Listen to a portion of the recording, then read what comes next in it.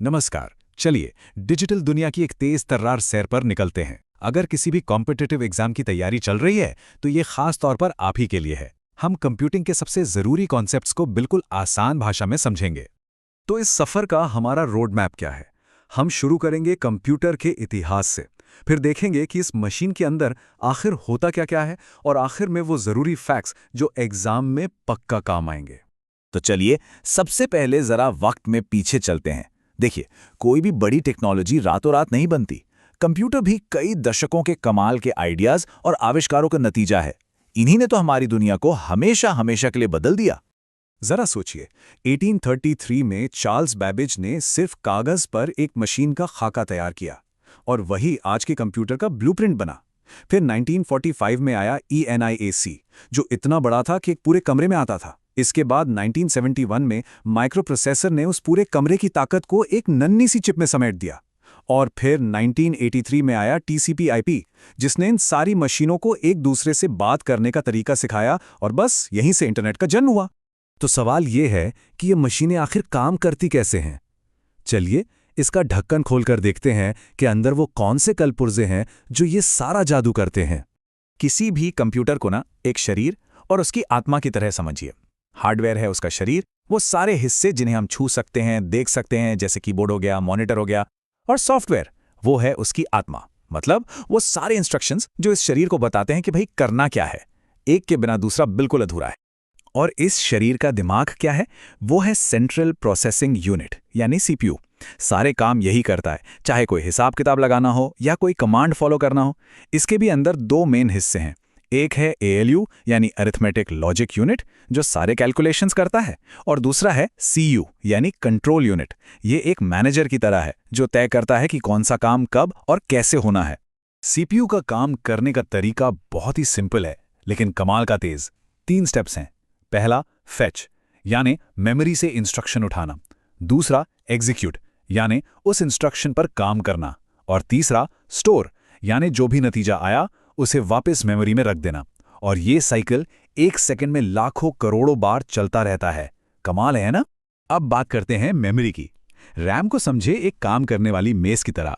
जब काम करना होता है तो हम सारी फाइलें मेज पे फैला लेते हैं, है ना? लेकिन जैसे ही लाइट गई यानी कंप्यूटर बंद हुआ, मेज बिल्कुल साफ गायब। वहीं दूसरी तरफ है रोम। ये एक ऐसी किताब है जिसमें कंप्यूटर को चालू करने के परमानेंट निर्देश लिखे हुए हैं। ये निर्देश कभी नहीं बदलते और लाइट जाने पर भी वैसे के वैसे ही रहते हैं। अच्छा, तो हम कंप्यूटर से बात कैसे करते हैं? बहुत सीधा सा तरीका है। हम कीबोर्ड, माउस जैसे इनपुट डिवाइस से उसे डेटा देते हैं। फिर कंप्यूटर उस पर अपना दिमाग लगाता है, उसे प्रोसेस करता है और फिर मॉनिटर या प्रिंटर जैसे आउटपुट डिवाइस पे हमें नतीजा दिखा देता है। मतलब ये एक 2 वे स्ट्रीट है। हम बोलते हैं, वो सुनता है और जवाब देता है। देखिए, एक अकेला कंप्यूटर तो पावरफुल है ही, लेकिन सोचिए जब करोड़ों कंप्यूटर एक साथ जुड़ जाएं तो क्या होगा? वो मिलकर एक ग्लोबल ब्रेन बना लेते हैं, एक ऐसा दिमाग जो पूरी दुनिया में फैला है। और इसी को हम कहते हैं इंटरनेट। चलिए समझते हैं कि ये महाजाल काम कैसे करता है। एक बात साफ समझ लीजिए, इंटरनेट कोई एक चीज नहीं है, ना ही कोई एक जगह। ये असल में दुनिया भर में फैले अनगिनत छोटे बड़े नेटवर्क्स का एक जाल है। और ये सारे नेटवर्क्स आपस में बात कर पाते हैं। क्यों? क्योंकि ये सब एक ही भाषा, एक ही रूल बुक फॉलो करते हैं, जिसका नाम है TCP/IP।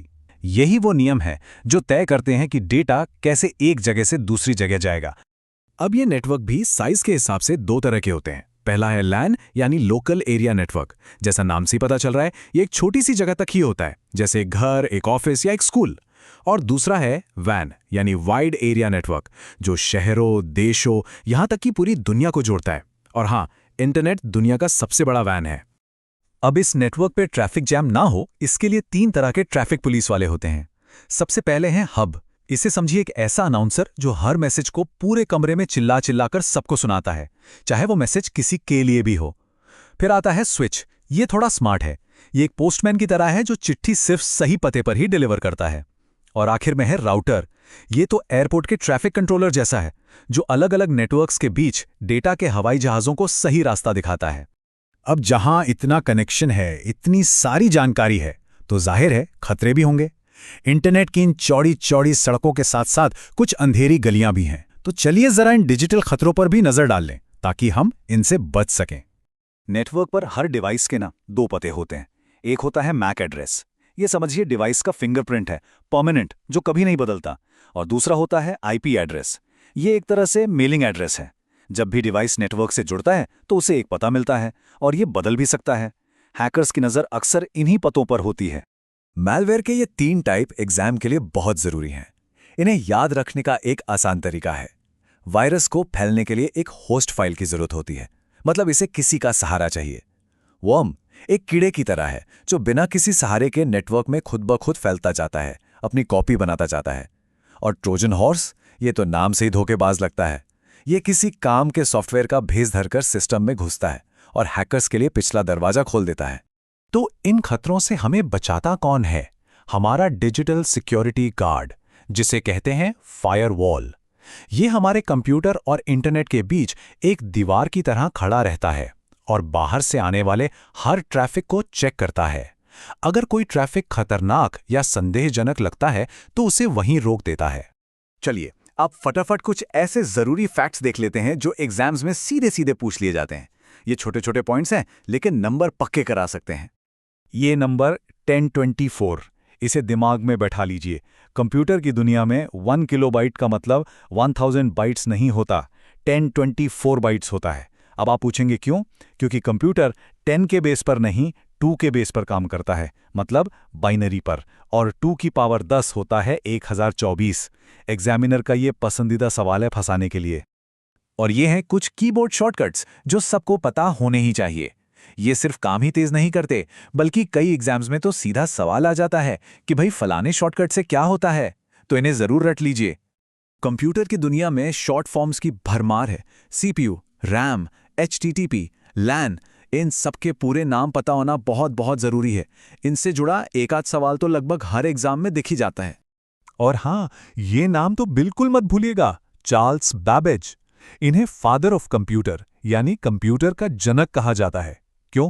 क्योंकि सालों पहले उन्होंने ही उस एनालिटिकल इंजन का कॉन्सेप्ट दिया था जो आज के मॉडर्न कंप्यूटर की नींव बना।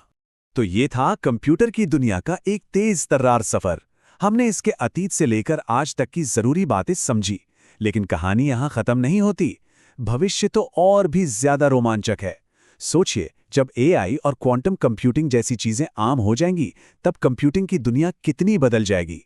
ये एक ऐसा सवाल है जो बताता है कि डिजिटल क्रांति तो असल में अभी शुरू ही हुई है।